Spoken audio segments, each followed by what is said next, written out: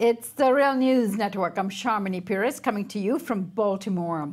In Canada, the LCBO, which is the Liquor Control Board of Ontario, ordered its stores to remove certain Israeli wines from specific wineries from their shelves on Tuesday. The reason given for the move is inaccurate labeling of products which are actually not from Israel, but from its occupied territories of Palestine. Then the Canadian Food Inspection Agency clarified that products of Israel would not be an acceptable country of origin declaration for the wines that were produced or have been made or comes from grapes grown, fermented, processed, blended, and finished in the West Bank or its occupied territories. On to better explain the matter, we are being joined by David Kattenburg. He is a Winnipeg-based science educator, broadcaster, and web publisher. He has traveled and reported on situations in the occupied Palestine for a very long time, and David initiated the case that we are about to discuss. David, thank you so much for joining us. Hello. So, David, let's first elaborate on the issue at hand. The issue at hand is that if a Canadian goes into a food shop or a liquor outlet and buys a certain product that says made in a certain country, or a product that says it consists of certain ingredients, that consumer expects that the information is truthful. If I were to go into a shop and buy a bottle of Bordeaux wine saying made in Bordeaux, made in France, and I spent $40 on it, and I discovered that it had actually been produced on the cheap from grapes grown in Greece, I'd be really upset. Canadians, I'm sure it's the same with Americans, want to know that the products that they're purchasing are truthfully advertised and truthfully presented. So here we have the case of a couple of wines that are labeled made in Israel, and it turns out they're actually not made within what the international community considers to be Israel, within Israel's internationally recognized borders, but in fact in the heart of the West Bank and the occupied Palestinian territories.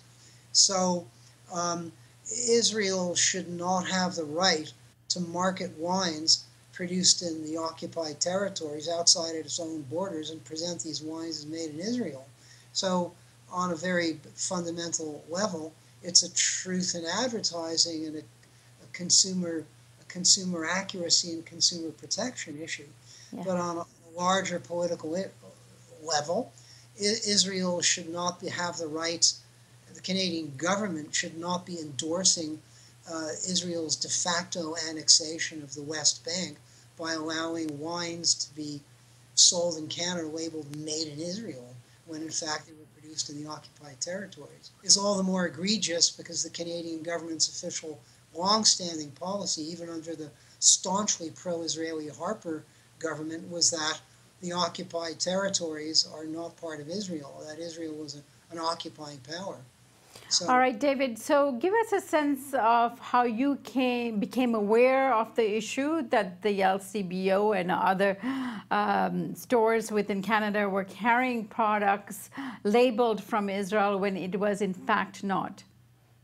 Well, you know, I enjoy drinking my wine. I'm a wine lover, and so I'm also very interested in the whole situation of justice and peace in Palestine and Israel.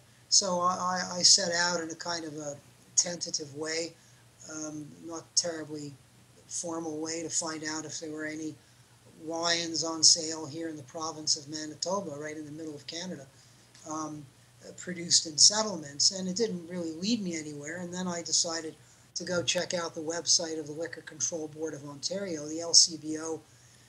In Ontario, Ontario is Canada's most populous province, and the LCBO is the largest purveyor of liquor in the country.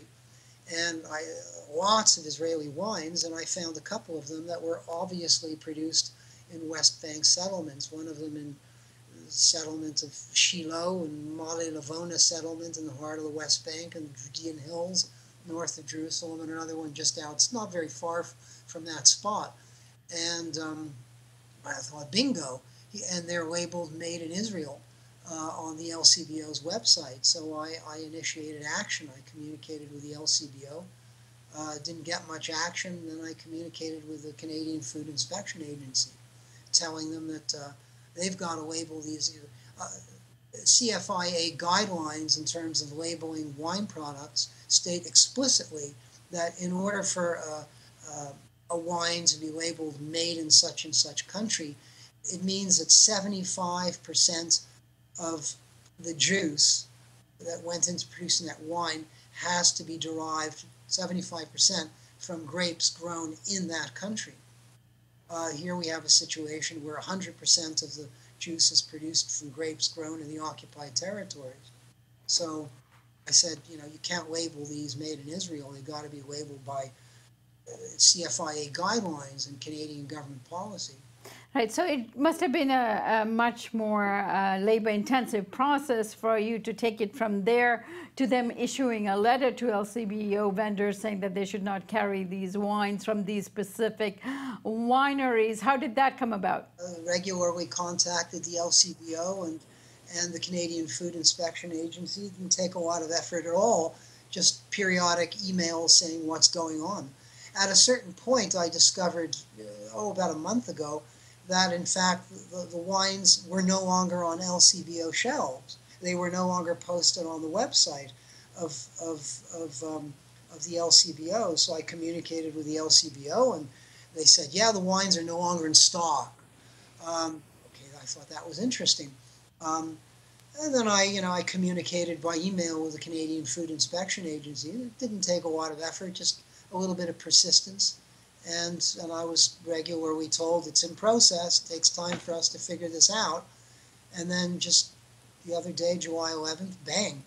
I find out that a decision had been made because B'nai B'rith, B'nai B'rith Canada, one of the largest pro-Israeli Israeli lobbying organizations in Canada, posted the LCBO's directive on its Facebook page, indicating that it had been in extensive contact with Canadian government officials and was confident that the Canadian government would rescind its decision. This was the first I'd heard. I understand that B'nai B'rith and other Jewish advocacy organizations in Canada is now taking actions trying to get the LCBO and the Canadian officials who took this action to rescind on their decision. And this is not the first time such action has been rescinded. There is a case in point in Germany where a similar action was taken, and then the decision had to be taken back, rescinded on. Give us some explanation of what might unfold in the next few days as a result of LCBO taking this decision. Well, it's hard for me to say. We're going to have to wait and see. But in a sense, the decision that was taken was not huge. It was just these two specific wine products. The LCBO instructed vendors to not purchase these wines and take them off shelves, but they were actually no longer on shelves. They were no longer on sale at the LCBO for reasons that are not entirely clear to me. But no instruction was issued, for example, to take Golan Heights wines off shelves or any other particular product that happens to be produced in West Bank settlements.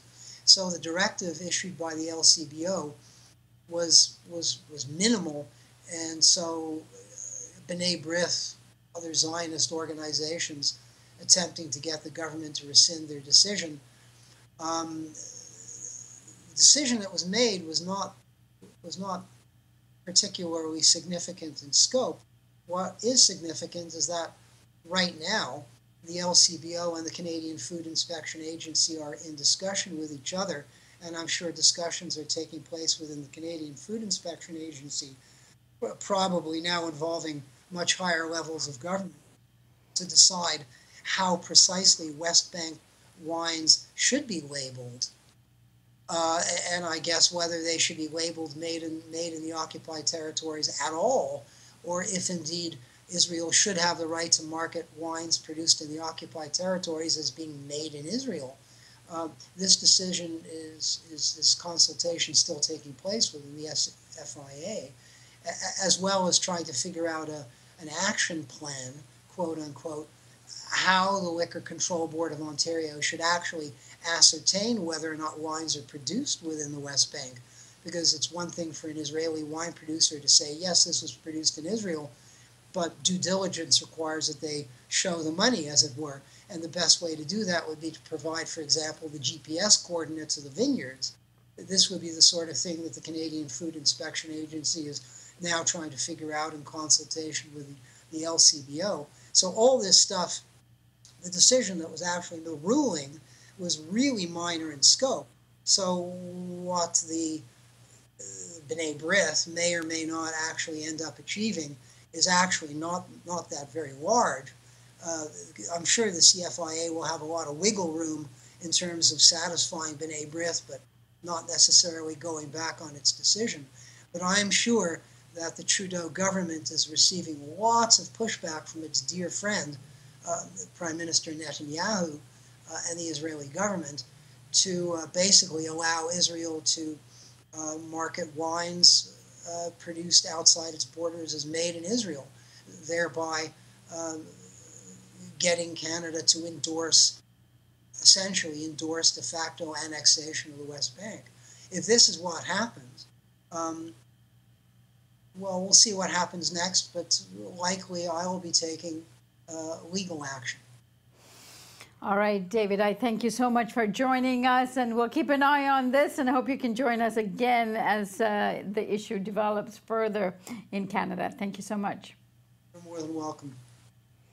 And thank you for joining me here on the Real News Network.